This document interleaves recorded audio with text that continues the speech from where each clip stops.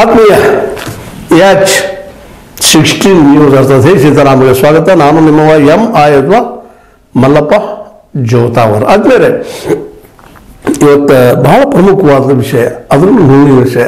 ನಮ್ಮೊಂದಿಗೆ ಇದ್ದಂಥ ಒಬ್ಬ ವ್ಯಕ್ತಿ, ಅತ್ಯಂತ ನೋವಿನಲ್ಲಿ ಬೈದಂಥ ವ್ಯಕ್ತಿ, ಸಾಹಿತ್ಯ ರಚಿಸಿದಂಥ ವ್ಯಕ್ತಿ, ಕಥೆಗಾರ, ಏನೇನು ಹೇಳೋದು ಗೊತ್ತಿಲ್ಲ, ನೋವಿನಲ್ಲೇ ಬೆಳೆದು ನೋವಿನಲ್ಲೇ ಅಳೆದು ಹೋದಂಥ ದೊಡ್ಡ ವಿದ್ವಾಂಸ ಈ ನಮ್ಮ ಜೊತೆಗಿಲ್ಲ ಅನ್ನೋ ಹೇಳೋ ಮುಂದೆ ಅವ್ರು ಯಾರಪ್ಪ ಅಂತ ಸಾಹಿತಿ ಎಂದಾಗ ಸಹಜವಾಗಿ ಮೊಗಳಿ ಗಣೇಶ್. ಈ ಹೆಸರು ಹಿಡಿದ್ರೆ ಸಾಕು ಬಂದು ಬಹಳ ವಿಶಿಷ್ಟವಾದ ಹೆಸರಾಗಿಬಿಡುತ್ತೆ. ತನ್ನ ಹಳ್ಳಿ, ತನ್ನ ಬೆಳೆದ ವಾತಾವರಣ ಇಟ್ಕೊಂಡು ಹೆಸರು ಹಾಕ್ಕೊಂಡಿದ್ದಾರೆ ಮೊಗಳಿ ಅಂತೇಳಿ. ಅದು ವಿಶೇಷವಾಗಿ ಏನಪ್ಪ ಅಂತಂದ್ರೆ ಆ ಹಳ್ಳಿ ಚನ್ನಪಟ್ಟಣ ತಾಲೂಕಿನ ಸಂತೆ ಮೋಗೇನಹಳ್ಳಿ, ಮಾಗಹಳ್ಳಿ, ಮೊಗಳಿ ಅಂತ ಕರಿತಾರೆ. ಅದಕ್ಕೆ ಅಲ್ಲಿ ಹುಟ್ಟಿದವರು, ಬೆಳೆದವರು, ತಮ್ಮ ಸುತ್ತಲ ಪರಿಸರ ನೋಡ್ತಾ ನೋಡ್ತಾ ಮಂಡ್ಯ ಮತ್ತು ಮೈಸೂರು ಮಧ್ಯದಲ್ಲ ತಮ್ಮ ವ್ಯಕ್ತಿತ್ವವನ್ನು ಬೆಳೆಸಿಕೊಂಡವರು, ನೋವನ್ನು ಅನುಭವಿಸಿದವರು ಸಮಾಜದಿಂದ. ಆ ಸಮಾನತೆಯ ಸಮಾಜದಲ್ಲಿ ಇದ್ದಂಥವರು, ಅತ್ಯಂತ ಕೆಳಸ್ತರದ ಶೂದ್ರ ಸಮುದಾಯದಿಂದ ಮೇಲೆ ಬಂದಂಥವರು, ಶೂದ್ರ ಅಥವಾ ಅಸ್ಪೃಶ್ಯ ಸಮಾಜದ ಮೇಲೆ ಬಂದಂಥವರು. ಅಂತ ಒಬ್ಬ ವ್ಯಕ್ತಿ ನೋವನ್ನು ಆರೋದ ಕುಲದ ನೋವನ್ನು ಹೇಳುವಂಥದ್ದು ಒಬ್ಬ ಕಥೆಗಾರ ಆಗಿಬಿಟ್ರು. ಅರ್ಥಶಾಸ್ತ್ರ ಓದಿದಂಥ, ಜನಪದ ಕಲೆಗಳ ಬಗ್ಗೆ ಅಭ್ಯಾಸ ಮಾಡಿದಂಥ ಈ ವ್ಯಕ್ತಿ ಇವತ್ತು ಹಂಪಿ ವಿಶ್ವವಿದ್ಯಾಲಯದ ಒಬ್ಬ ಪ್ರಾಧ್ಯಾಪಕರು. ಜನಪದ ಎಡಗಟ್ಟಲ್ಲೇ ಆ ವಿಭಾಗದಲ್ಲೇ ತಮ್ಮ ಜೀವನವನ್ನು ಸಾಕಷ್ಟು ಸಾಗಿಸಿದರು. ಆದರೆ ಕೌಟುಂಬಿಕವಾಗಿ ನೆಮ್ಮದಿ ಇರಲಿಲ್ಲ ಅಂತ ಕೇಳಿ ಬರ್ತಾ ಇದ್ದಾವೆ. ಮತ್ತು ಸಾಮಾಜಿಕವಾಗಿಯೂ ನೋವನ್ನು ಅನುಭವಿಸಿದ್ದಾರೆ. ಹೀಗಾಗಿ ಅಳುವನ್ನು ಅವ್ರ ಬದುಕಪ್ಪ ಅನ್ನೋಂಗೆ ಆಗೋಗ್ಬಿಟ್ಟದ. ಹೀಗಾಗಿ ಅವ್ರ ಕಥೆಗಳಲ್ಲಿ ನಾವು ಯಾವಾಗಲೂ ಅಳುವನ್ನು, ದುಃಖವನ್ನು, ನೋವನ್ನು ನೋಡ್ತೀವಿ ಅನ್ನೋದು. ಒಳ್ಳೆ ಕಥೆಗಾರ. ಅಂಥ ಒಬ್ಬ ಕಥೆಗಾರು ಏನಪ್ಪ ಅಂತಂದ್ರೆ ಅವ್ರು ವಿಶೇಷವಾಗಿ ಎಷ್ಟೊಂದು ಬರೆದ್ರು ಅಂತ ಬರೆದು ಉದ್ಯೋಗ ಮಾಡ್ಕೊಂಡ್ರು ಅನ್ನೋದಿದ್ರು ಸಮಾಜವಾಗಿ ಬರೋದು ಭಾಳ ಮುಖ್ಯದ. ಯಾಕಂದ್ರೆ ಬರೋದು ಗಳಿಸಿ ಇಲ್ಲಿ ಕರ್ನಾಟಕದಲ್ಲಿ ಬದುಕು ಭಾಳ ಕಷ್ಟ ಅದ. ಯಾಕಂದ್ರೆ ಕೊಂಡು ಬದುಕಿದ್ರೆ ಇರಲಿಲ್ಲ ಅಂತಂದ್ರೆ ಅವ್ರು ಬರೆದಿದ್ದಾರ, ಬದುಕಿದ್ರು. ಅದಕ್ಕೆ ಒಂದು ಯೂನಿವರ್ಸಿಟಿ ಸಿಗ್ತಾವೆ ಬದುಕಿಗೆ, ಆದರೂ ನೆಮ್ಮದಿ ಸಿಗಲಿಲ್ಲ. ಎಷ್ಟೋ ಜನ ಕವಿ ಮತ್ತು ಲೇಖಕರಿರುವಂಥ ಸ್ವತಃ ಬರೆದು ಬದುಕುವ ಸ್ಥಿತಿಗಳು ಇಲ್ಲೇ ಇಲ್ಲ. ಯಾಕಂದರೆ ಅವ್ರು ಹಾಕಿದ ದುಡ್ಡಿಗೆ ಅಷ್ಟು ದುಡ್ಡು ಸಹಿತ ಹೊಡೆ ಬರೋದಿಲ್ಲ. ಅಂದಾಗ ಬರೋದು ಹೆಂಗೆ ಬದುಕೋದು. ಆದರೂ ಬರೆದಿದ್ದಾರೆ ಗಣೇಶ್ ಅವರು. 7 ಕಥಾ ಸಂಕಲನ ಬರೆದಿದ್ದಾರೆ. ಅದರಲ್ಲಿ ಮುಖ್ಯವಾಗಿ 6 ಕಾದಂಬರಿಗಳು. ಕಾದಂಬರಿ ಬರೆದು ಹುಡುಗಾಟ ಅಲ್ಲ, ಅದು ವಿಷಯ ಇಟ್ಕೊಂಡು ಹೋಗುವಂಥದ್ದು. ನೋವುಗಳು ಹೇಳ್ತಾ, ಒಂದು ಅಲ್ಲಿ ನಮ್ಮ ಸಂಬಂಧವನ್ನು ಹೇಳ್ತಾ, ನಮ್ಮ ಬದುಕನ್ನು ಹೇಳ್ತಾ ಹೋಗುವಂಥದ್ದು ಲಾಂಗ್ ರೈಟಿಂಗ್. ಅದೇ ಕಾಲಕ್ಕೆ 18 ಸಂಸ್ಕೃತಿ ಚಿಂತನ ಕೃತಿಗಳು, ಸಂಸ್ಕೃತಿ ಸಂಬಂಧಿಸಿದಂಥ ಕೃತಿಗಳನ್ನು ರಚನೆ ಮಾಡಿದ್ದಾರೆ. ಇಲ್ಲಿ ವರ್ಣ ವ್ಯವಸ್ಥೆ ಆಗಿರ್ಬೋದು, ಇಲ್ಲಿ ಹಿಂದುತ್ವ ನೆಲೆಯಲ್ಲಿ ಏನು ನಡೀತಾ ಇದ್ದಾವೆ, ತಮಗಾದ ಅನ್ಯಾಯಗಳನ್ನ, ನೋವುಗಳನ್ನ ಹೇಳ್ಕೊಂಡು ಹೋಗ್ತಾ ಇರ್ತಾರೆ. ಅದೇ ಕಾಲಕ್ಕೆ 2 ಕವನ ಸಂಕಲನಗಳು, 4 ನಾಟಕಗಳು, 2 ಪ್ರಬಂಧ ಸಂಕಲನಗಳು ಮತ್ತು ಒಂದು ಆತ್ಮಕಥೆಯನ್ನು ಬರ್ಕೊಂಡಿದ್ದಾರೆ. ತಮ್ಮ ಜೀವನದಲ್ಲಿ ಏನು ನಡೀತು ಏನಿಲ್ಲ ಅನ್ನುವಂಥದ್ರ ಬಗ್ಗೆ. ಮತ್ತು 6 ಸಂಪಾದಿತ ಕೃತಿಗಳು, ಜಾನಪದ ಅಧ್ಯಯನ ಗ್ರಹಿಕೆಗೆ ಸಂಬಂಧಿಸಿದ 10 ಕೃತಿಗಳನ್ನು ರಚಿಸಿದ್ದಾರೆ. ಒಂದಲ್ಲ ಎರಡಲ್ಲ, ದೊಡ್ಡ ಸಾಧನೆ ಮಾಡಿದರು. ಅದು ನೆಮ್ಮದಿಲ್ಲೇನು ಅನ್ನುವಂಥದ್ದು. ವಿಶೇಷವಾಗಿ ಕಾಂಪಿಟೇಷನ್ ಇದ್ದಿಲ್ಲಂತೂ ಕಥೆಗಳನ್ನು ಬರೆದು ಕಳಿಸ್ತಾ ಇದ್ರು ಅಂತೇಳಿ. ಆ ಕಥೆಗಳಲ್ಲೇ ಭಾಳಷ್ಟು ಏನಪ್ಪ ಅಂತಂದ್ರೆ ಈ ನಮ್ಮ ಮೂಲತಃ ನಿಮ್ಗೆ ಗೊತ್ತಿರ್ಬೋದು, ದಿವಂಗತ ನಮ್ಮ ಭೂಸಾ ಸಾಹಿತ್ಯಕಾರರಂತಹ ಬಿ ಬಸವಲಿಂಗಪ್ಪನವರ ಏನು ಟೀಕೆ ಮಾಡಿದ್ರು ಕನ್ನಡ ಸಾಹಿತ್ಯದ ಬಗ್ಗೆ, ಅದು ಉತ್ತರಾಗಳು ಹೋಗಿ ಇವತ್ತು ಬರೆದು ತೋರಿಸಿದ್ದಾರೆ ನಮ್ಮ ಮೊಗಳಿ ಗಣೇಶ್ ಅವರು. ಎಲ್ಪ ಬೋಸ ಅಲ್ಲ, ಇದು ಅದರ ನೋವು ಹೇಳ್ಕೊಳ್ಳಿಕ್ಕೆ ಆಸ್ಪದ ಅನ್ನೋದನ್ನು ಉತ್ತರ ದೂರ ಕೊಟ್ಟಿದ್ದಾರೆ. ಅದೇ ಕಾಲಕ್ಕೆ ಅವರು ಏನಪ್ಪ ಅಂದ್ರೆ ಮೊಗಳಿಯವರು ಕಥೆಗಳನ್ನು ಬರೋದ, ವಿಶೇಷವಾಗಿ ಪತ್ರಿಕೆಗೆ ಕಳಿಸುವಂಥದ್ದು, ಅದರಲ್ಲೂ ಮುಖ್ಯವಾಗಿ ಪ್ರಜಾವಾಣಿಗೆ ಭಾಳ ಬರೆದು ಕಳಿಸುವಂಥದ್ದು ಇತ್ತು. ಅದರಲ್ಲಿ ಮೊದಲನೇ ಕೃತಿ ಅವ್ರ ಕಥೆ ಒಂದು ಹಳೆ ಚಡ್ಡಿ ಅಂತ. ಹೆಸರು ಹೇಳಿದ್ರೆ ಸಾಕು ಗೊತ್ತಾಗ್ಬಿಡ್ತದೆ ಏನಪ್ಪ ಅಂತಾರೆ. ಬಡವರ ಬದುಕಿನಲ್ಲಿ ಇನ್ನೊಬ್ಬರು ಬಟ್ಟೆಗಳು ಹಾಕೊಳ್ಳೋರು ಸಾಕಷ್ಟು ಇದ್ದಾರೆ ಸರ್. ನಾವು ನೋಡ್ತಾ ಇದ್ದೀವಿ ಅಂಥದನ್ನು. ಯಾಕಂದ್ರೆ ಬಟ್ಟೆಗಳು ಕೊಳ್ಳೋ ಸ್ಥಿತಿಯಲ್ಲೂ ಅವ್ರು ಇರೋದಿಲ್ಲ.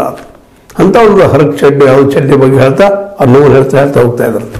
ಯಾರೋ ದೊಡ್ಡವರ ಮನೆಯಲ್ಲಿ ಬಿಟ್ಟಂಥ ಬಟ್ಟೆಯನ್ನು ಹಾಕೊಂಡು ಬದುಕಿದಂಥ ವ್ಯಕ್ತಿಗೆ ಅದರ ನೋವು, ಸಂಕಟ ಮತ್ತು ಹೊಸದು ಕೊಂಡಾಗ ಏನಾಗ್ತದೆ ಅನ್ನೋದನ್ನ ಅನುಭವಿಸ್ತಾ ಗೊತ್ತಾಗುವಂಥದ್ದು.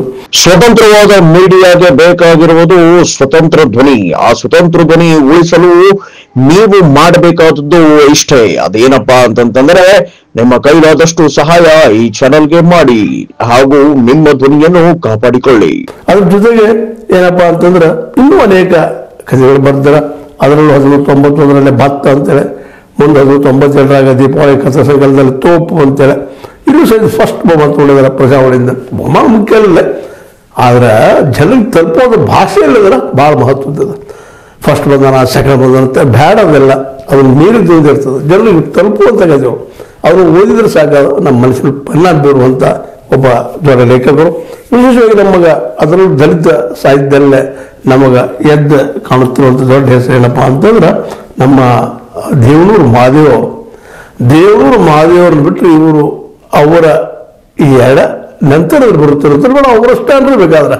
ಯಾಕೆಂತಂದ್ರೆ ನಾವು ಕಂಪೇರ್ ಮಾಡಬಾರದನ್ನ, ಯಾಕಂದ್ರೆ ಹಲವರಿಂದ ಬರಬೇಕಾಗದ ಹಲವು ನೋವುಗಳು, ಆದ್ರೆ ಆ ನೋವುಗಳು ಬಂದರೆ ಎಲ್ಲ ಒಂದ ನೋವು ಅನ್ನೋದನ್ನ ಮರೆದು ಹೇಳಬೇಕಾಗಿದೆ. ನೋವು ನಲಿವು ಇದು ಭಾಳ ಒಂದು ಅತ್ಯುತ್ತಮವಾದ ಕಥೆ ಬರ್ತದೆ, ಬುಗುರಿ ಅಂತ.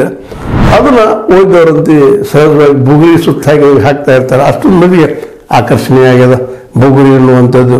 ಮುಂದೆ ಸಮಾಜ ಕುಟುಂಬದ ಬಗ್ಗೆ ಸಾಕಷ್ಟು ವಿಮರ್ಶೆ ರೂಪದಲ್ಲೇ ಏನು ಬರೋದು ತಿಳಿಸಿದ್ದಾರೆ. ವಿಶೇಷವಾಗಿ ಸಾಕಷ್ಟು ಪ್ರಶಸ್ತಿ ಬಂದವು. ಪ್ರಶಸ್ತಿ ಇದು ದೊಡ್ಡವರು ಆಗ್ತಾರಂತಲ್ಲ, ಬಟ್ ಪ್ರಶಸ್ತಿ ಬಂದಿದ್ದು ಸುಳ್ಳಲ್ಲ. ವಿಶೇಷವಾಗಿ ಕಾವ್ಯಾನಂದ ಪ್ರಶಸ್ತಿ ಅಂತೇಳ, ಕಾವ್ಯಾನಂದ ಹೆಸರಿಟ್ಟಂಥದ್ದು. ಬೆಸಗರ ಹೇಳಿ ರಾಮಣ್ಣ ಕಥಾ ಪ್ರಶಸ್ತಿ, ಮುಂದೆ ಪೂತಿನ ಕಾವ್ಯ ಪ್ರಶಸ್ತಿ, ಪೂತಿನ ಶೌಚಾರ್ಯ ಅದು ಅವ್ರು ಬಂದಿದ್ದದ. GS ಶಿವರುದ್ರಪ್ಪ ವಿಮರ್ಶಾ ಪ್ರಶಸ್ತಿ ಬಂದದ ಅವ್ರಿಗೆ. ಮುಂದೆ ಅದೇ ಕಾಲಕ್ಕೆ ದಲಿತ ಕವಿ ಸಿದ್ದಲಿಂಗಯ್ಯ ಪ್ರಶಸ್ತಿ, ದಲಿತ ಗೊತ್ತು ಹೊಡೆರಲ್ಲ, ಈಕರಲ್ಲ, ಬಡಿರಲ್ಲ, ಹೇಳ ಉಚ್ಚಿ ಅಂತ ಮಾಡಿದಂಥ ಮಾತಾಡಿದಂಥ ಶಕ್ತಿ ಹರಸು ಹೇಳಿದಂಥ ನಮ್ಮ ಸಿದ್ದಲಿಂಗಯ್ಯನವರ ಪ್ರಶಸ್ತಿ. ನಂತರ ಸರ್ಕಾರ ಹೊಂದಾಣಿಕೆ ಮಾಡಿಕೊಟ್ರು. ಆ ಬೇರೆ ಮತ್ತು ಬದುಕು ಅನಿವಾರ್ಯ ನಾವು ಹೇಳ್ಬೋದು, ಅದ್ಯಾಕೆ ಅಡ್ಜಸ್ಟ್ಮೆಂಟ್ ಆದ್ರೆ ಬದುಕಬೇಕಲ್ಲ ನಾವು. ಆ ದಿಶೆಯಲ್ಲಿ ಸಿದ್ದಲಿಂಗಯ್ಯನವರು ನಾವು ರಾಮಕೃಷ್ಣ ಹೆಗಡೆ ಹೊಂದಾಣಿಕೆ ಮಾಡಿಕೊಂಡ್ರು.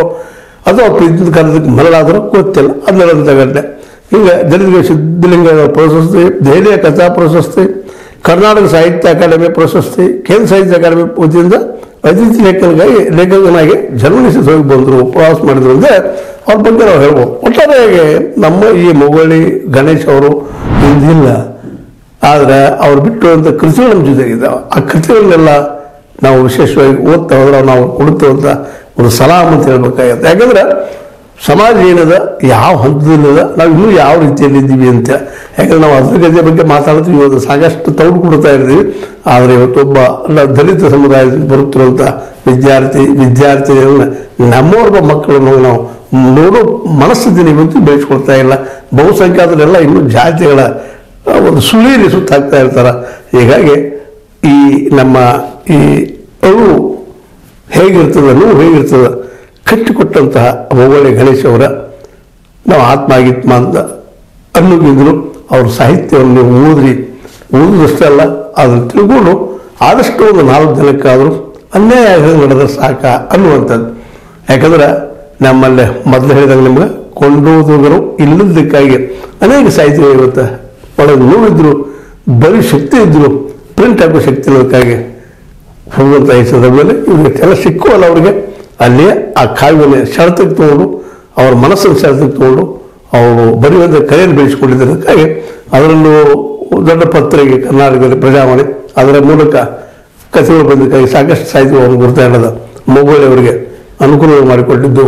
ಹಂಪಿ ಯೂನಿವರ್ಸಿಟಿಯಲ್ಲಿ ಪ್ರೊಫೆಸರ್ ಆಗಿದ್ದು, ರಿಟೈರ್ ಆಗಿದ್ದು ಮಾಡಿದ ಕಾರಣ ಇವರು ವಿದ್ವತ್ತ ಜೊತೆಗೆ ಕಥೆಗಾರ ಬರೆದ ಜೊತೆಗೆ ಕಥೆಯ ಓದುಗರಿಗೂ ಸಹ ತಟ್ಟುವಂಥ ಒಂದು ಶೈಲಿ ಇಟ್ಟುಕೊಂಡು ಬರುವಂಥ ಇನ್ನೂಗಳನ್ನು ಹೇಳಿದಂಥ ನಮ್ಮ ಮೊಗಳಿ ಗಣೇಶರಿಗೆ ನಮ್ಮ ಅಂತಿಮ ನಮನ ನಮಸ್ಕಾರಗಳು.